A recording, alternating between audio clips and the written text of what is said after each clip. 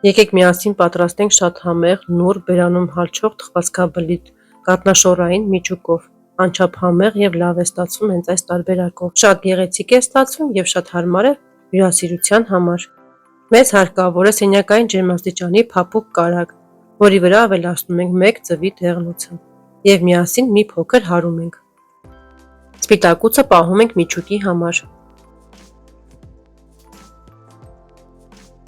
Մեզ պետք է նաև թթվասեր, որի վրա ավելացնում ենք սոդան և քացախը, լավ խառնում ենք և լցնում մասայի վրա։ Կարող եք նաև մածունով պատրաստել կամ երկուսը միասին՝ կես մածուն, կես թթվասեր։ Իհարկե թթվասերով ավելի նուրբ ու փափուկ է ստացվում։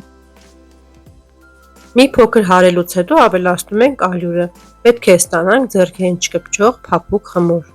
Խմորի մեջ ալյուրը կարող է մի փոքր ավել կամ պակաս պետք լինի։ Տեղափոխում ենք աշխատանքային սեղանի վրա և շարունակում ենք հունցելը։ Մեզ նաև մի փոքր ավել ալյուր է հարկավոր հունցելու և գրտնակելու համար։ Հարգելիներս, բաղադրիչները և քանակը ինչպես միշտ գրված կլինի նկարագրության բաժնում, ինչպես նաև կա էկրանի վրա։ Պետք է ստանանք այսպիսի փափուկ խմոր։ Թողնում ենք մի փոքր հանգստանա, իսկ մինչ այդ պատրաստում ենք միջուկը։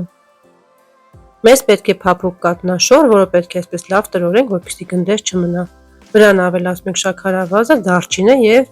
ձվի սպիտակուցը։ Բոլորը միասին խառնում ենք։ Շատ չենք խառնում, որպեսզի շաքարավազը չթուլանա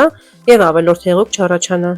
Եվ միջուկը պարտադիր սարքում ենք խմորը պատրաստելուց հետո, քանի որ եթե նախապես պատրաստեք, ավելորդ հեղուկ է դուրս արձակում և թուլանում է մեր մասսան, իսկ դա մեզ հարկավոր չէ, քանի որ եփվելու ընթացքում խմորի միջից դուրս է գալու։ Խմորը բաժանում ենք երկու մասի և բացում ենք գրտնակով։ Պետք է լինի մոտավորապես կես միլիմետր հաստությամբ։ Քանի որ խմորը մի փոքր կպնելու հատկություն ունի, գրտնակելու ընթացքում անդադ ալյուր ենք ավելացնում։ Պետք է ստացվի այսպիսի բարակ խմոր, որը կտրում ենք շրջանաձև ֆորմայով կամ բաժակով։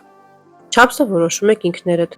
Ընդհանուր օգտագործել եմ մոտավորապես 600-ից 700 գրամ ալյուր։